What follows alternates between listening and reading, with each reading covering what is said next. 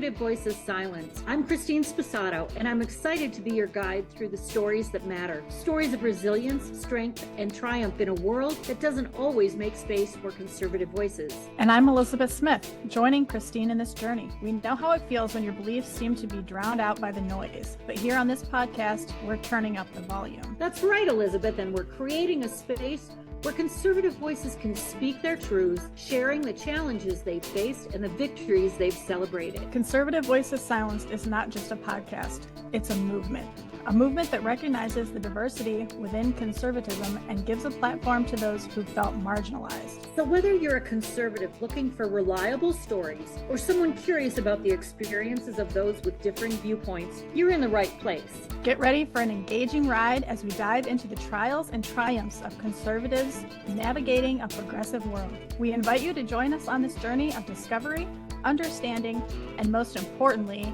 amplifying voices that deserve to be heard. This is Conservative Voices Silenced, where silence ends and the conversation begins.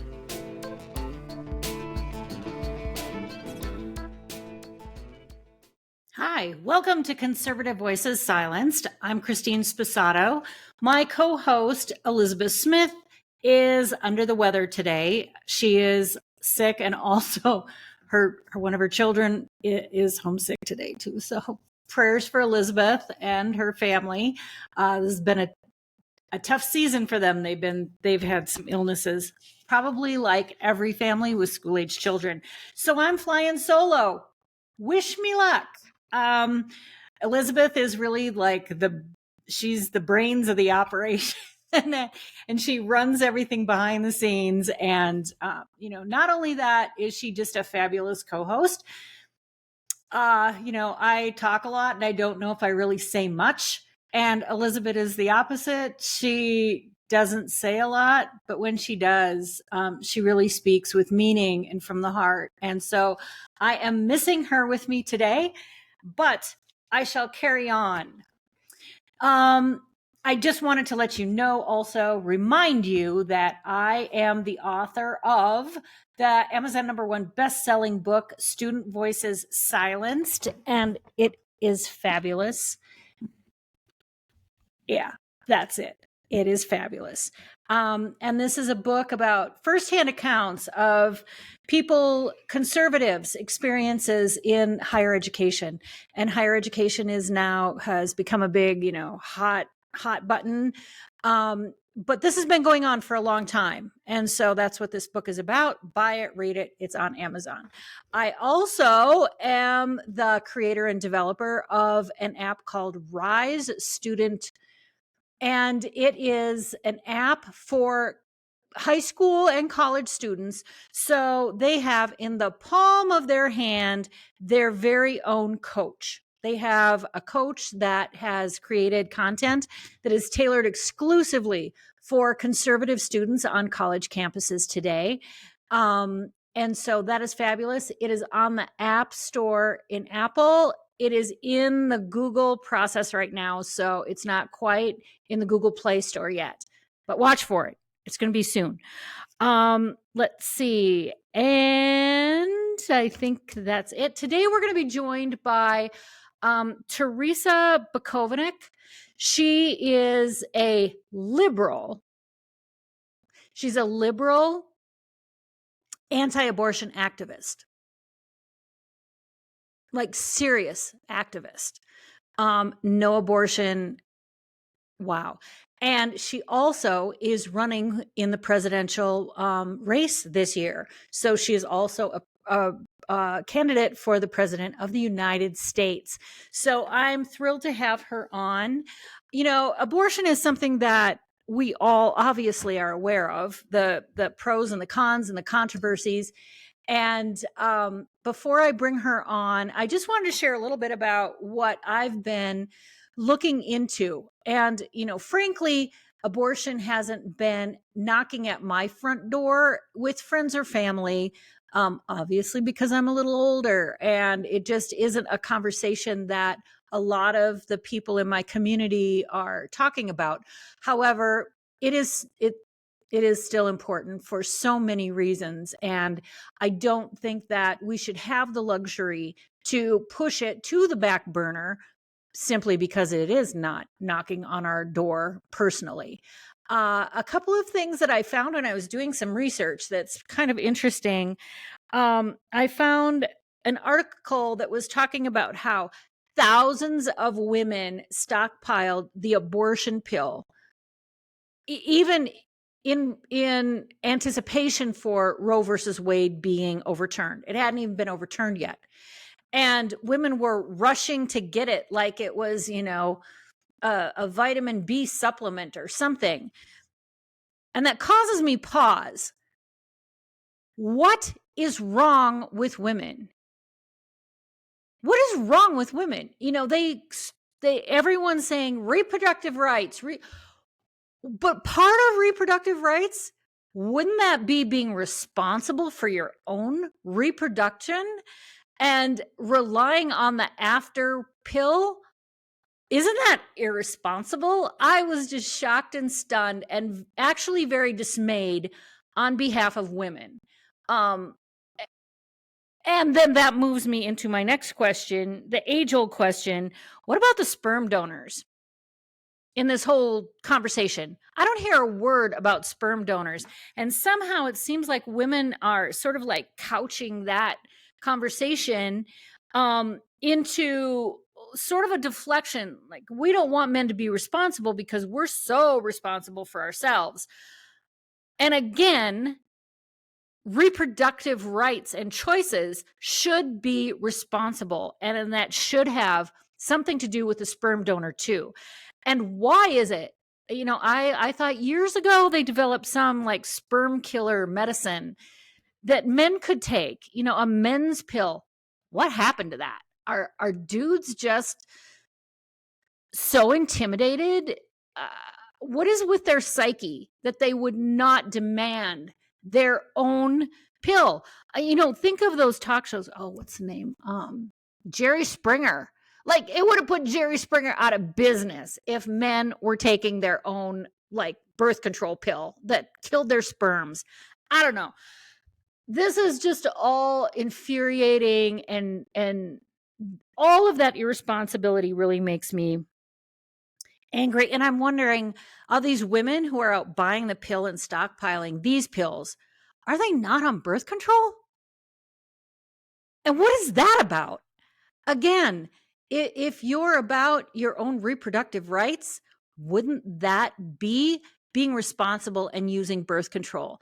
I'm old enough that when I was coming of age, birth control was legal, but very difficult to get.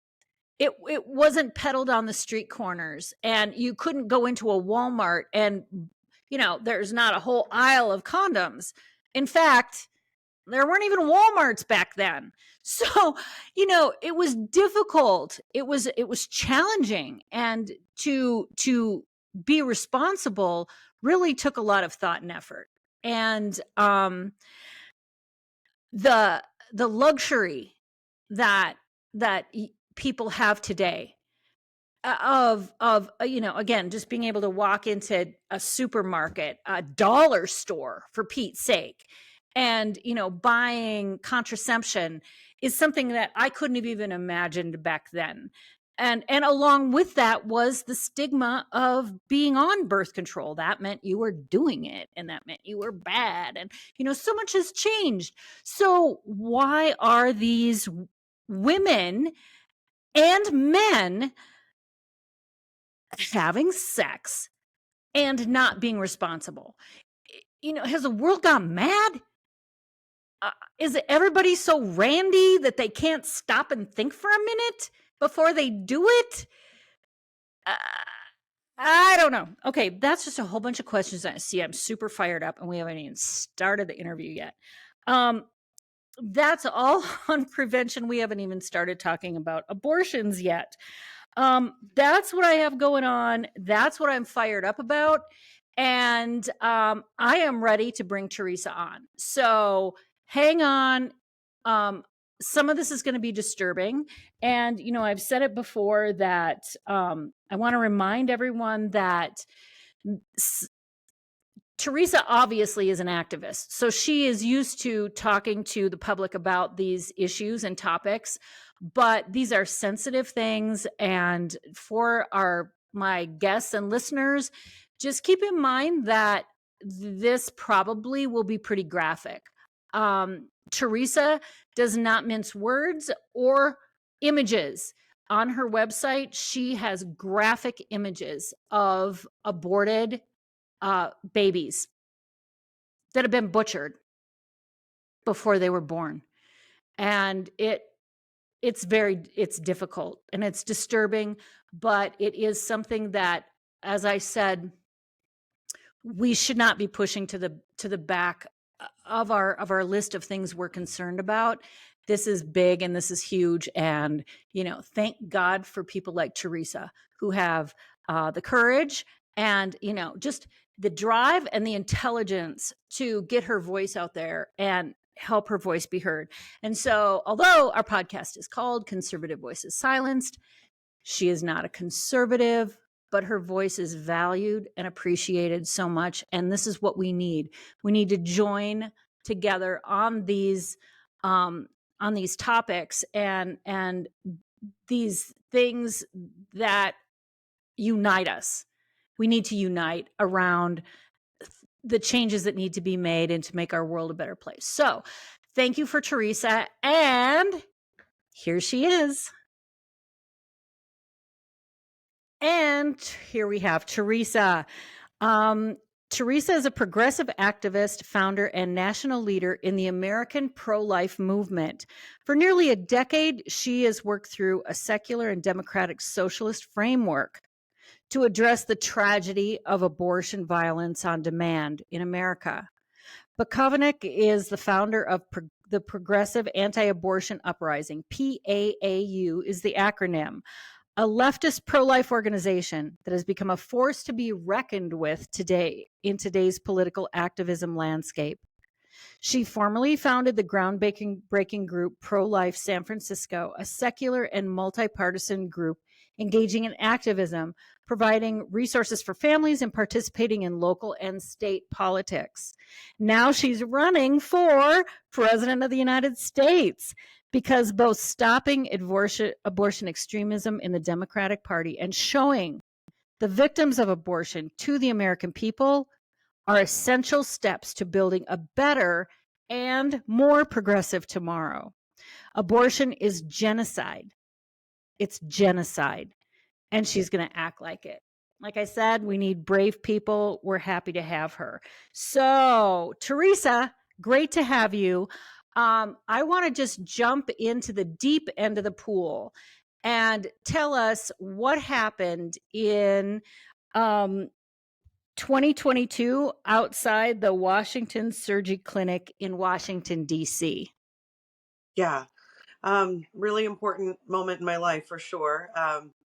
Prior to that, I had been traveling to every single Democratic debate in 2019 and 2020, leading up to the 2020 election, demanding representation for pro-life Democrats and becoming increasingly frustrated with the extremism that was emanating from the Democratic Party. But then I went on to found Progressive Anti-Abortion Uprising after the election. And then some months after that, my colleague Lauren Handy and I were doing anti-abortion activism outside of an all-term abortion center in Washington, D.C. But when we showed up to the facility, there was a truck parked outside that said Curtis Bay Medical Waste Services. We have been anti-abortion activists for many years, and we knew that indicated they may be taking fetal remains out of the abortion center. So I approached the driver and I asked him, "Do you know what's in these boxes?" And he was loading boxes onto the back of the truck. And I told him it's probably dead babies.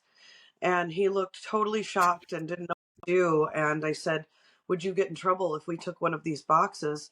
And he said, "Well, what are you going to do with them if I give you a box?" And my colleague Lauren, who is Catholic, said, "We will give them a funeral and a burial." And so he said, "Okay."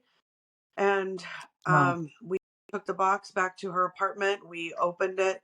After speaking to many different people who had handled fetal remains. We were very scared.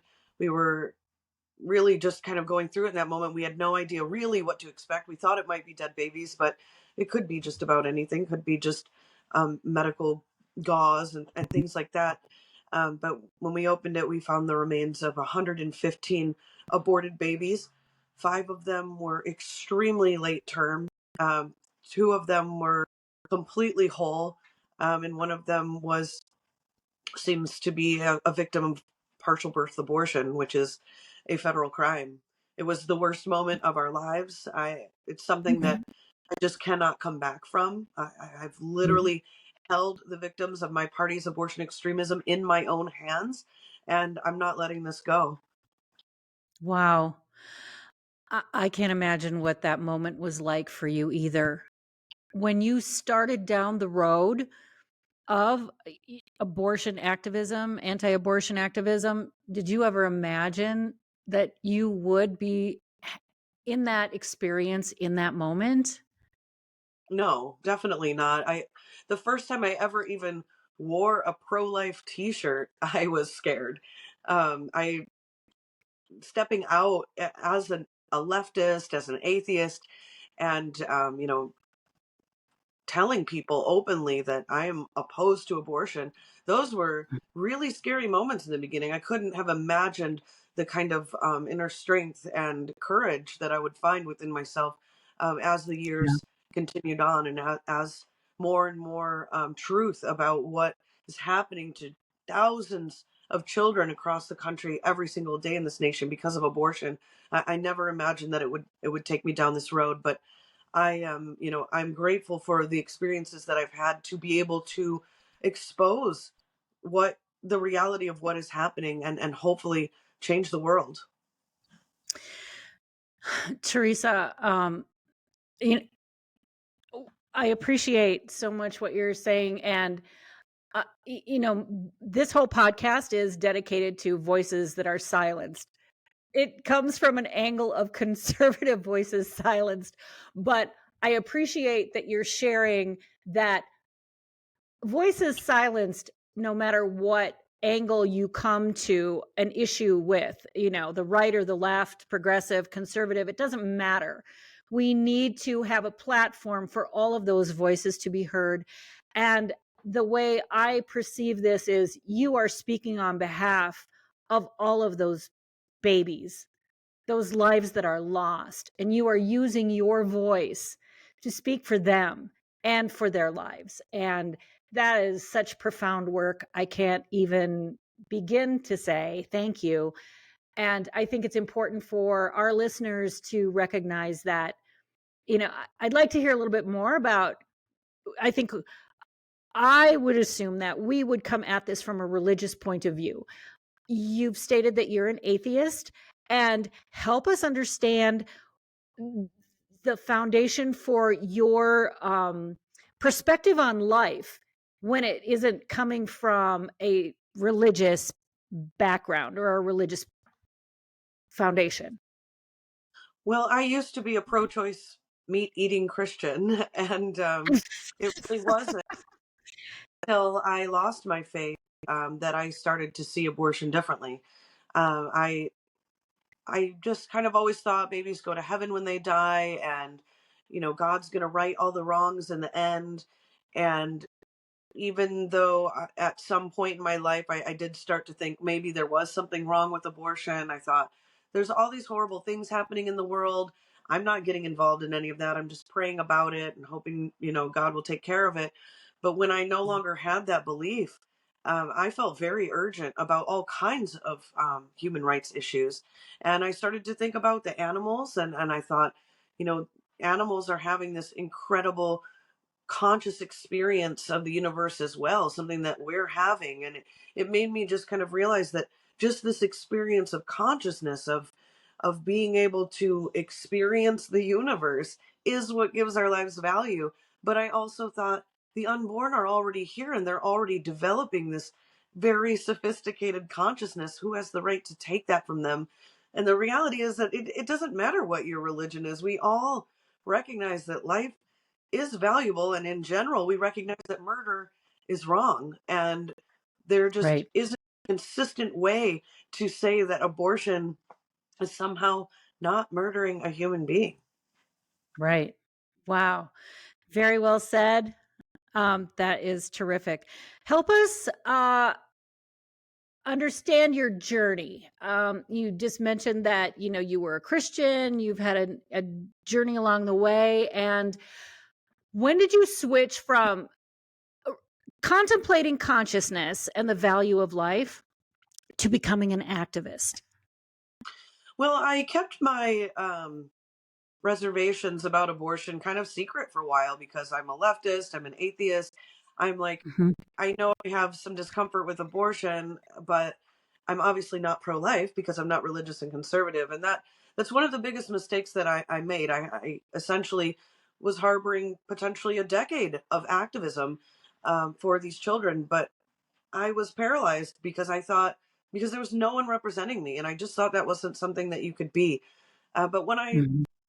encountered the group Secular Pro Life, who I remain as the vice president today, that's when I realized there are secular pro life people out there. And I realized Wow. Nat Goff, Christopher Hitchens, there were all these other atheist thinkers and leaders who were also pro life. And that really gave me the courage to look into the issue more and to call myself pro life.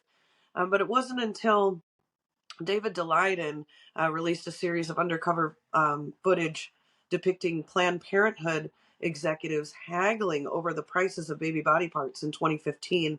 And seeing that video, I was working in fashion at the time. I had a great career. I was on my break and I watched that video at work, and I feel like something changed in me in that moment. I think that I knew, like, hearing doctors talking about which parts of a baby to crush and destroy in order to better preserve the organs for sale.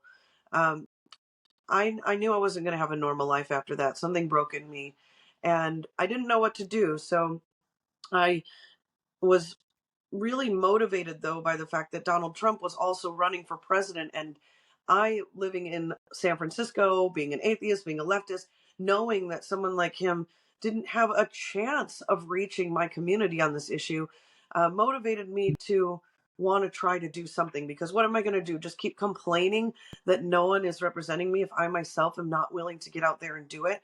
So in 2016, I quit my career and I founded Pro Life San Francisco, and eventually took it full time within about 3 months Wow. of founding it. And the rest is history. I've been on this journey, and just every step that I've taken, I've realized how the each step is necessary and needed, and that I have to grow as a person and an activist and encourage and in love for my fellow humankind in order to hopefully make long lasting and world changing change.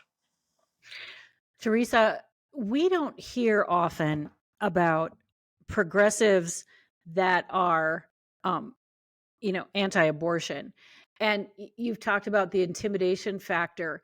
Is that why we don't hear more voices, or is it because there just aren't as many progressives that are anti-abortion? Well, speaking of voices being silent, uh, 4 in 10 Democrats oppose abortion past the first trimester. This is not a small minority of people. This is Right. what really mobilized me in 2019 and 2020 to go to the debates, because this misrepresentation of who Democrats are and what we believe about abortion is so pervasive.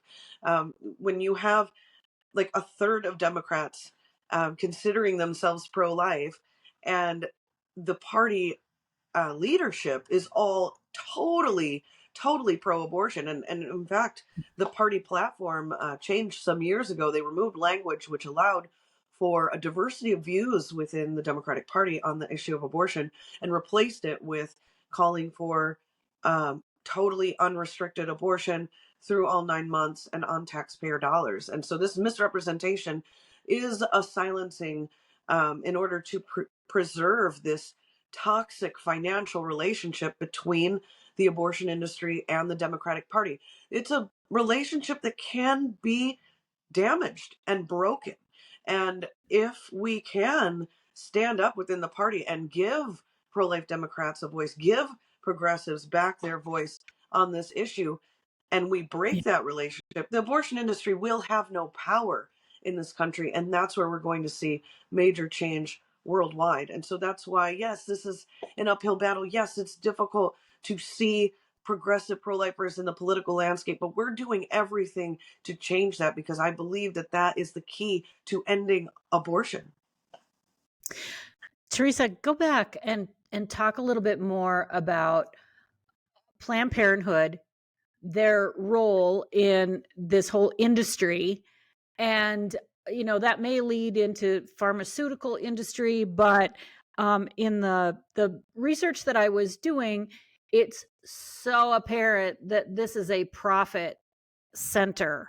This is a huge industry, and they're pulling the wool over everyone's eyes, telling them, oh, you're so lucky you get to do this, when they're making money on it. And you talked about the tragedy of those human body parts that are sold on a website somewhere, like, really. So could you talk a little bit more about that? Yeah, I think that the reality is that you cannot be anti-fascist, you can't be anti-capitalist, and you cannot be anti-racist if you're supporting abortion, and particularly Planned Parenthood. Planned Parenthood is literally founded by Nazi eugenicists who were seeking to kill off Black and brown populations, or to at least limit them, and then eventually, moving into a space of abortion and ultimately killing them. And the reality is that it is a business, and that there it's a business that's exploiting people in their most vulnerable circumstances, people who are very likely to be struggling financially, and this industry is taking their money and profiting from it and turning that into political power, which is further oppressing the unborn and people in marginalized communities. So this is just a reality. It's something that I think a lot of progressives, when I'm discussing this topic, who are, with people who are generally pro-choice, that is a message that really does get through. People are able to see the financial and profit motives at play here. But, where so much of this is about political identity, and there's studies that really show that people don't form their politics because of their ideology. It's the other way around. People's ideologies are formed because of their politics and because of their tribe and the way that they see themselves. And that's why I find that it is so critical that we are working this very partisan angle of leftists and progressives saying, look, you don't have to fall into this category.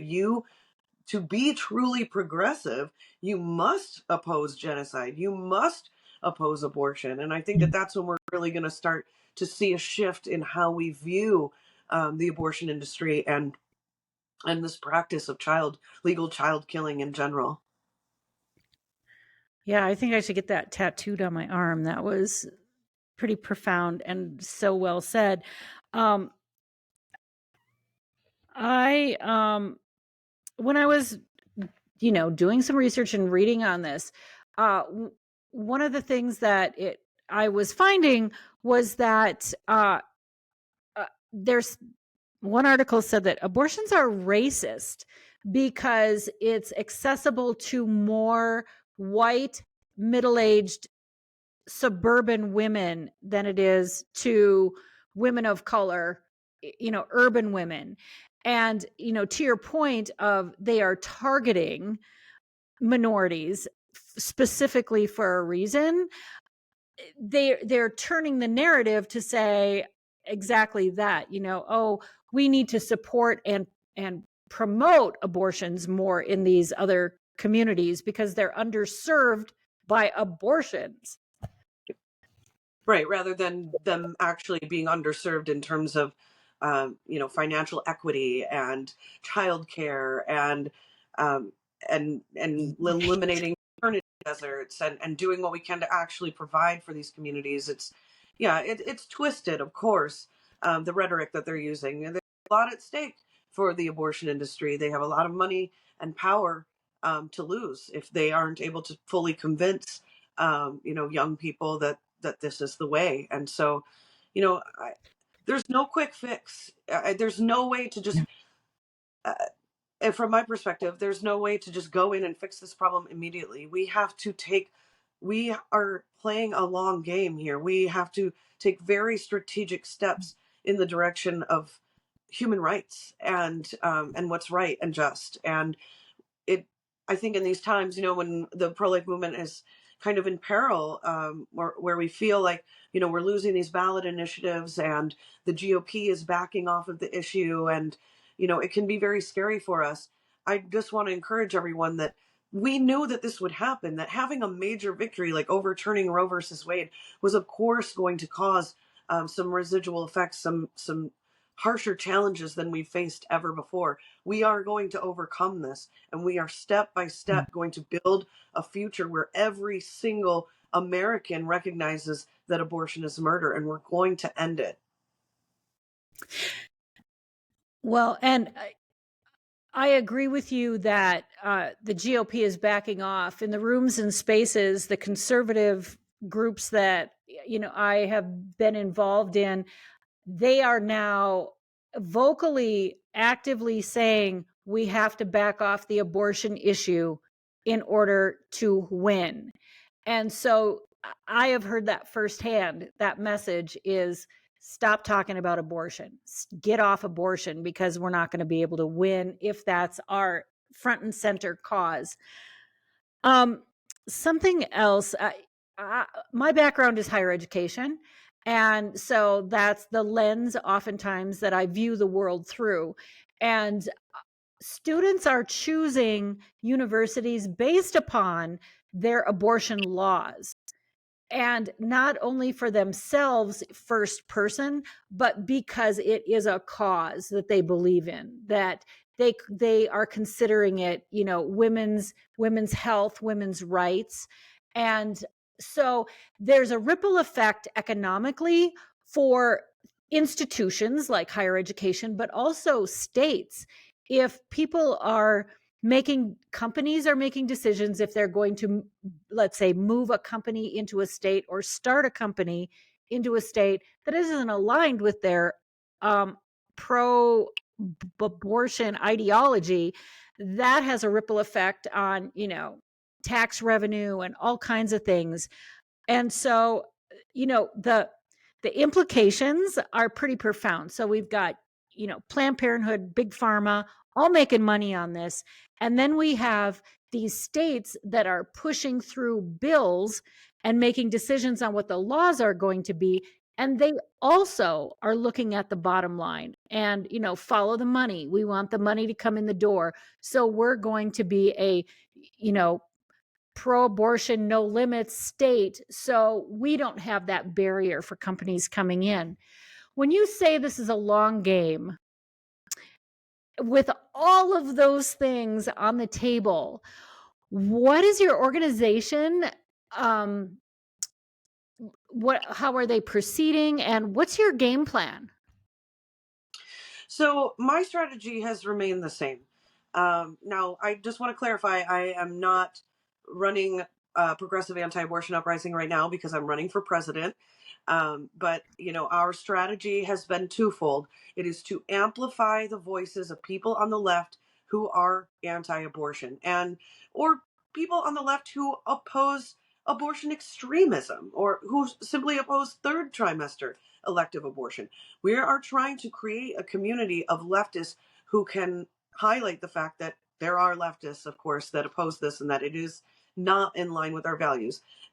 As you just kind of illustrated with like the GOP, we can't rely on the GOP to end abortion. The GOP has done a lot of work in that respect, and I'm super grateful. Obviously, we overturned Roe, but at the end of the day, we can't end abortion with just one party in this country. At some point, we have got to get the left, and so that has been our strategy. But in looking at the landscape of social justice movements and what makes a movement successful in the long run, there is a science to it. There is a real formula on how to achieve some kind of equality for the unborn. And that is to engage in direct action.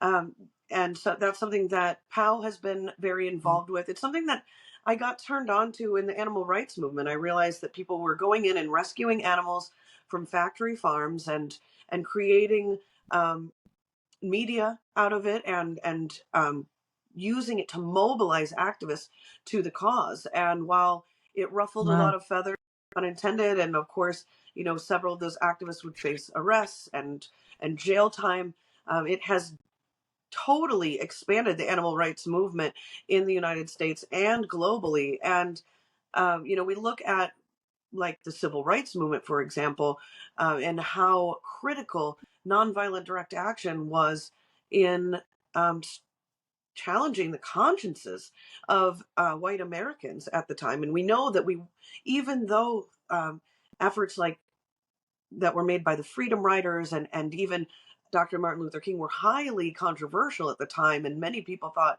this is just turning people off, this is not helping. Those are the tactics that mobilize and stir consciences and change the world.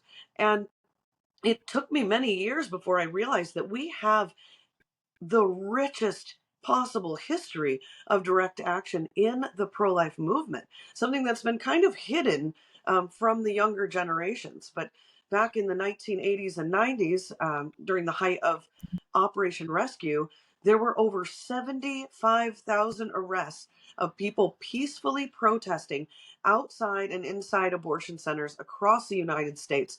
This is unprecedented. Even in the era of rights movement, I believe there were something like 4,000 arrests. 75,000 arrests is the largest peaceful civil disobedience movement in the history of the country. And that is what gave rise to the very first pro life political party in the world.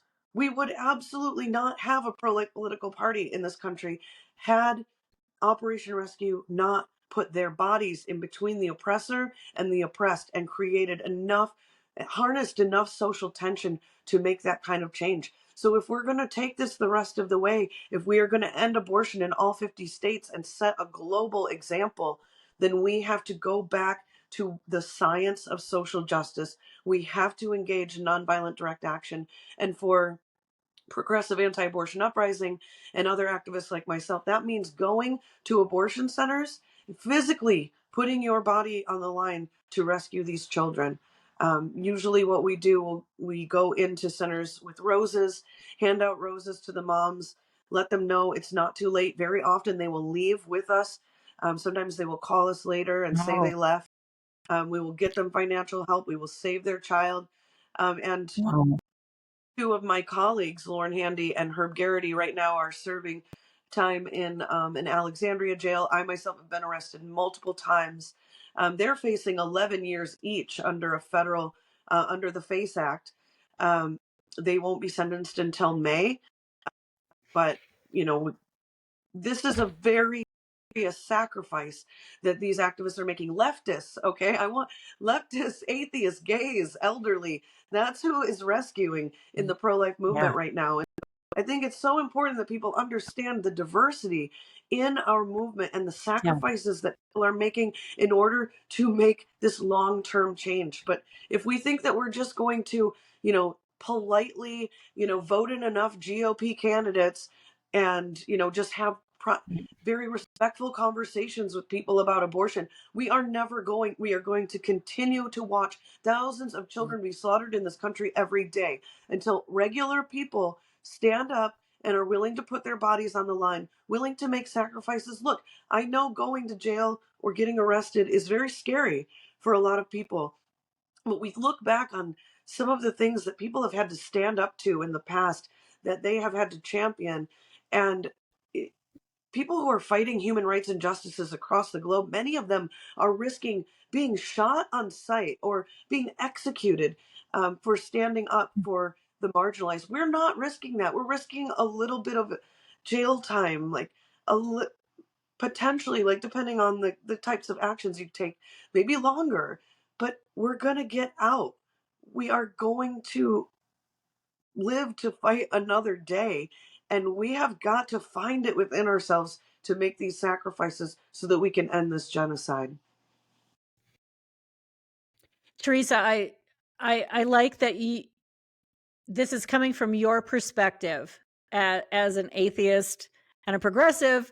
As you're speaking, my mind is going to different scripture and Bible stories that are supporting exactly what you're saying. So I love that we're coming from different places, but having the same message and saying, don't be afraid. If everyone picks up the cause and does something, we can make a change. And we have to stop being afraid. We are so complacent. We are so mesmerized by our busy world and all the things that we have distracting us that I think we've lost our way as a culture. And I love your message. And I'm glad that your voice is speaking to people who don't want to hear me recite scripture. and there's value in that. I think that's very important. um Before we wind down, I wanted to touch on a couple of other things.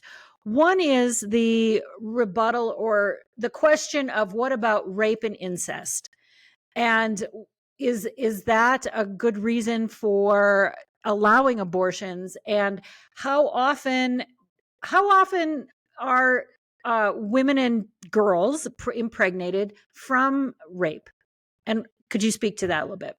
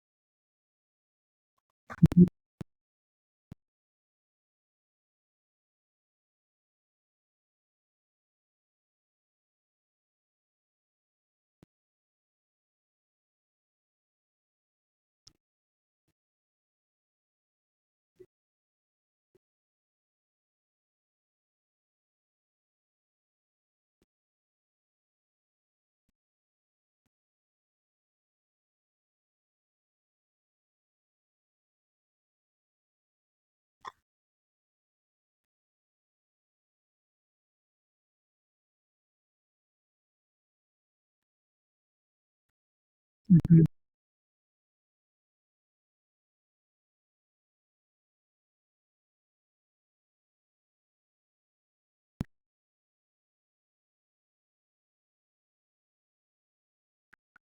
Right.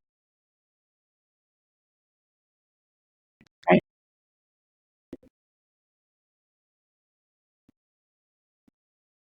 Mhm.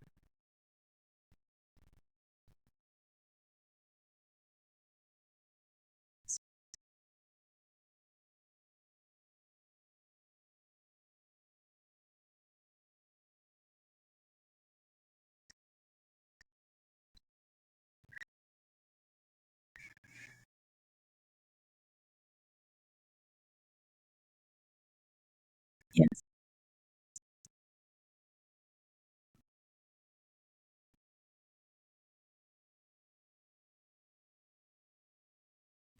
All right. Fantastic. Now, before we close, tell us about your candidacy for President of the United States.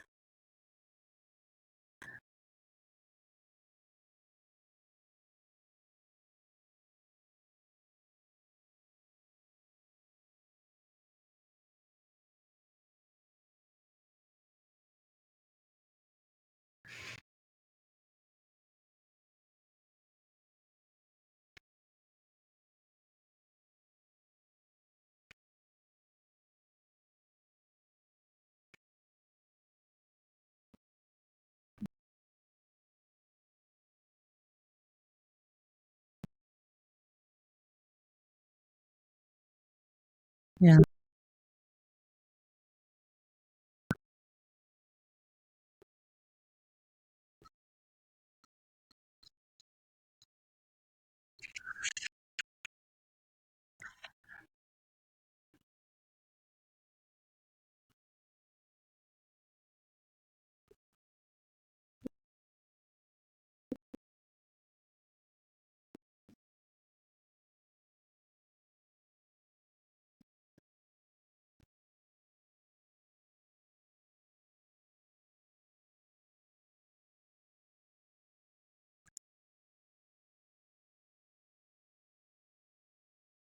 Mm.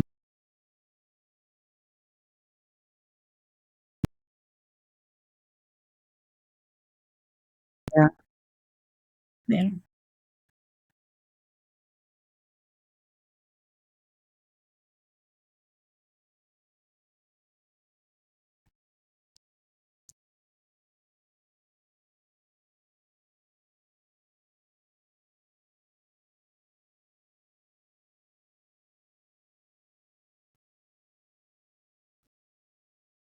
Congratulations. That's fantastic.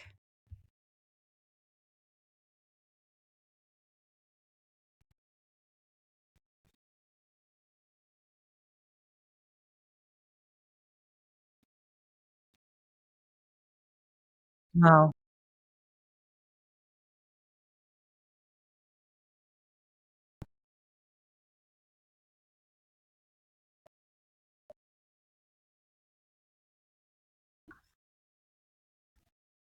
Wow.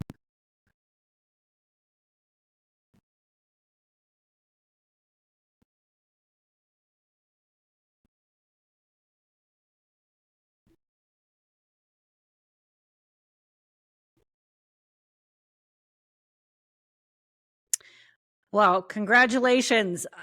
That's thrilling news, and best of luck to you moving forward. Give us your contact information, your campaign information, your website.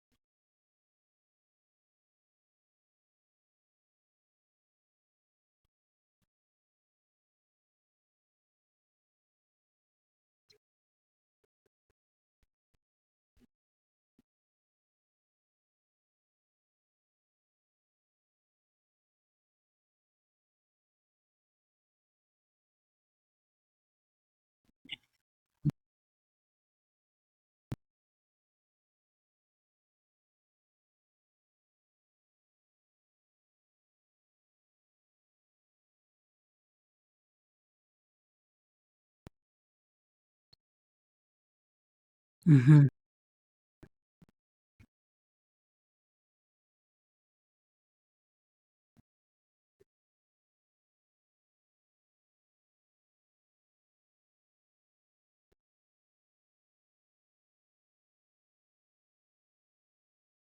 Yeah.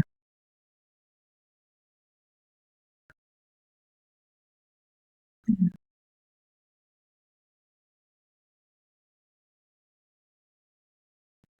I asked them to support you as well. And also, again, hashtag the five represents the five full term babies that you recovered from that clinic in 2022, correct? Okay. So justice for the five. If you want to get justice for the five, contribute to Teresa's campaign. I think for my conservative listeners out there, this is really something that we can set aside our differences and support someone who's out there working, doing the work, and changing people's point of view, motivating them, inspiring them to become active as well. Teresa, you're a hero. You are a hero. Thank you so much for everything you do.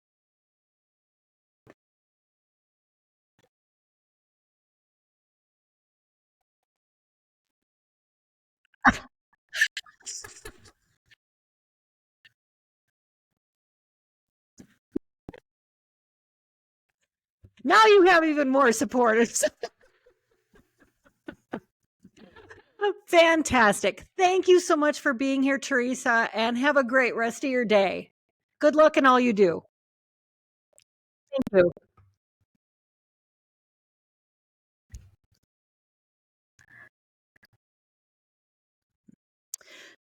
Terrisa was brilliant. Her work is brilliant. I really was struck by the profound opportunity that we have, that Terrisa is reaching out to Democrats and people that conservatives, I think, just automatically make assumptions about, that they, all of them are pro-abortion. And the fact that she's able to purchase advertising and get her message on some of these established progressive TV shows, that's great exposure. And that's fabulous exposure for the cause. And so I applaud Terrisa. She is laying down her life for this cause. And how many of us can say that we are really willing to go to the end for something that we believe in? So I give her all the thanks that I can possibly give her. And I just have such deep respect for her work. What I'm struck with and just left with again is I'm a little bit stuck on rape. There was so much in the interview, but I'm going back to the issue of rape because I think it's so complex. Abortion is an issue that touches us personally, emotionally, spiritually, physically, culturally. This is something that hits every level of us, in our humanness, in our humanity. And I think that's why it's something that we need to consider and really think about, something that we need to start talking about. And this old shame tradition has to be overcome. We have to find confidence and we have to find the bravery to speak about it. And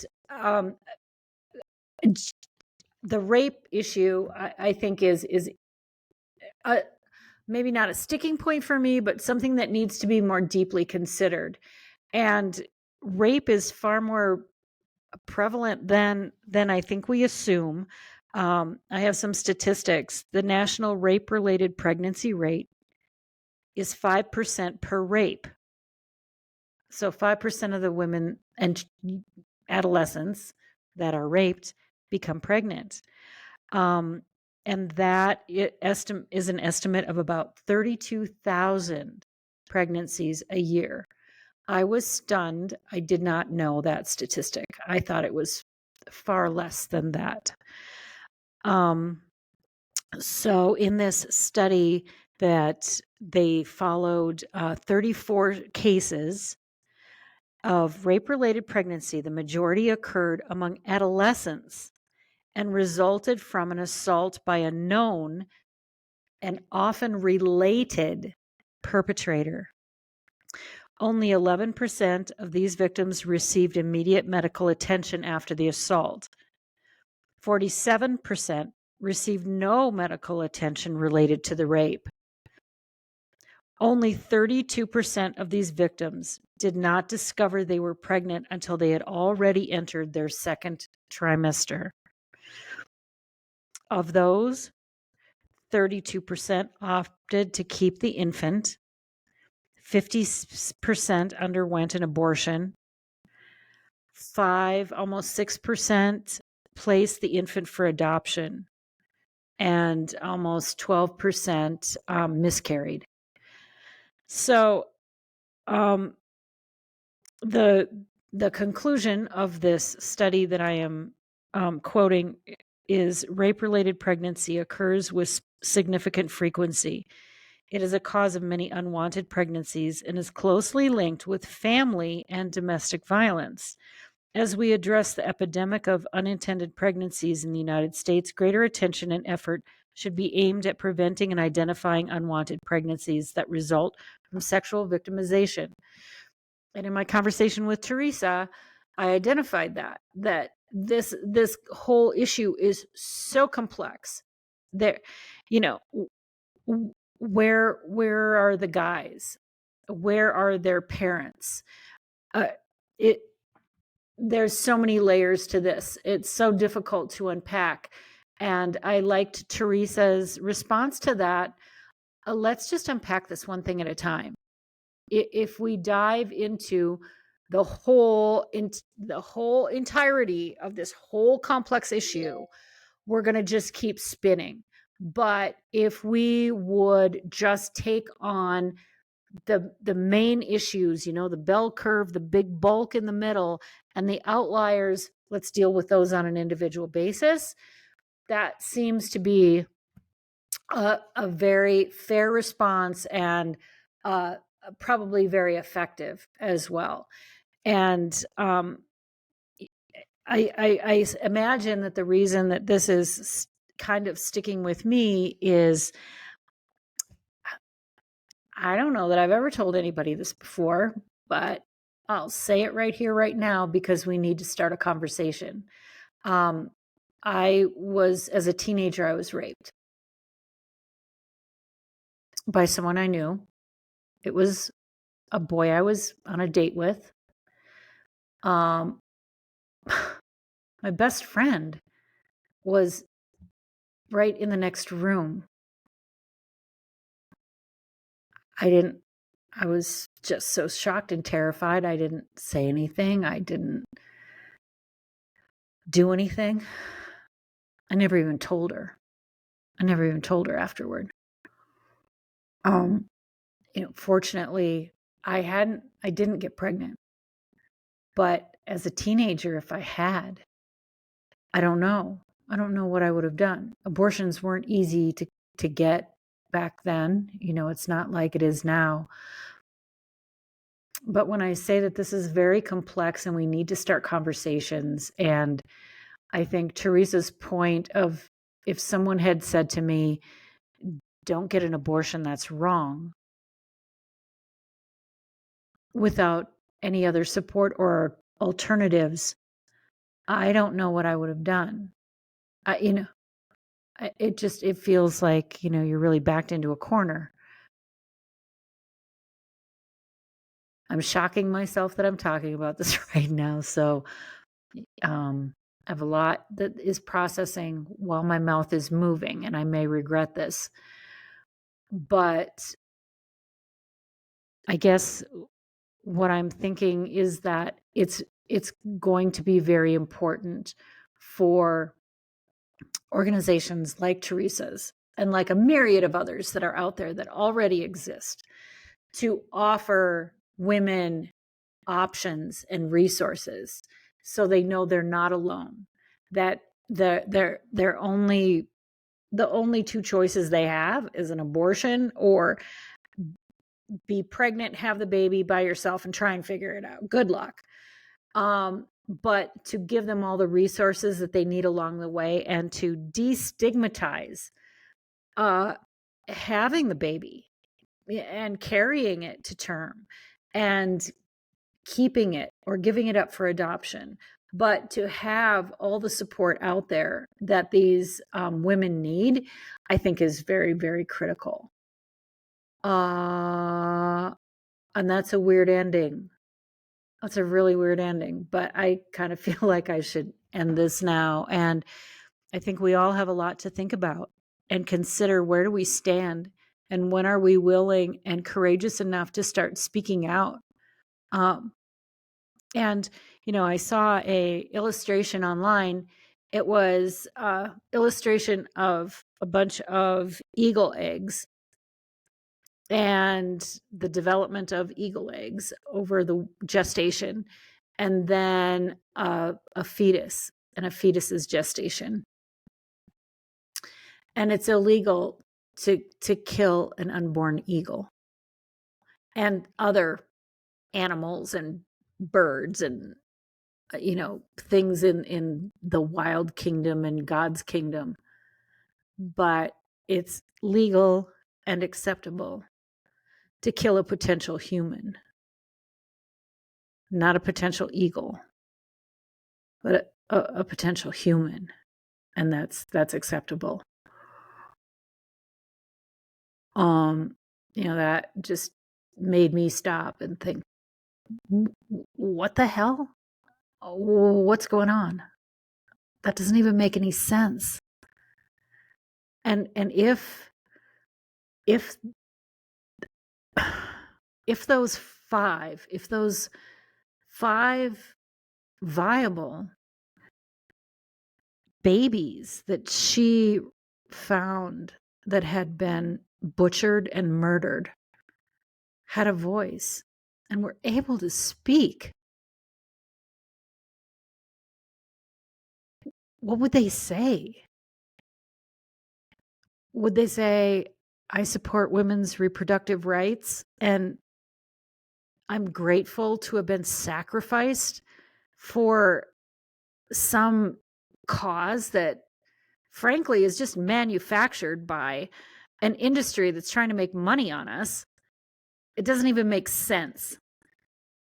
Would they say, hooray, I'm so grateful to be sacrificed for that cause? I'm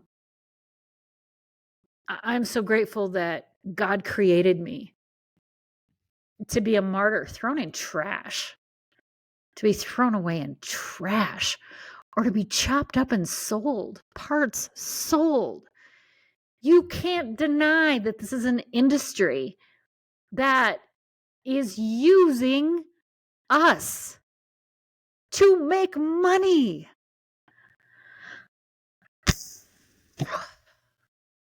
What would those babies say? What would they say? Ugh, man. Okay. I got to wrap up. And on that downer note, I'm going to close. But I hope that it leaves everyone thinking. And if there is a dark cloud on your day to day, I guess I welcome that. That for all of us, it's a time to search our souls and take a stand. And for Terrisa for president, donate, support her, spread the word. Teresa's doing incredible work. And so let's do what we can to support her cause. With that, I will close. And don't forget, if you have an iPhone, download my app, Rise Conservative Student. It's for college students, high school students, all kinds of resources there. There's videotaped lessons for them. There's sections that they can do journal entries. There's journal prompts right in the app. How easy is that? There's tracking. There's also a community section so they can connect with each other and build communities and groups. So they don't ever have a reason to feel alone as a conservative student on these liberal college campuses. They don't need to feel like they're the only ones. They have a community right there in the palm of their hand. So with that, I will close. I thank everybody for being here. See you next week and have a great day.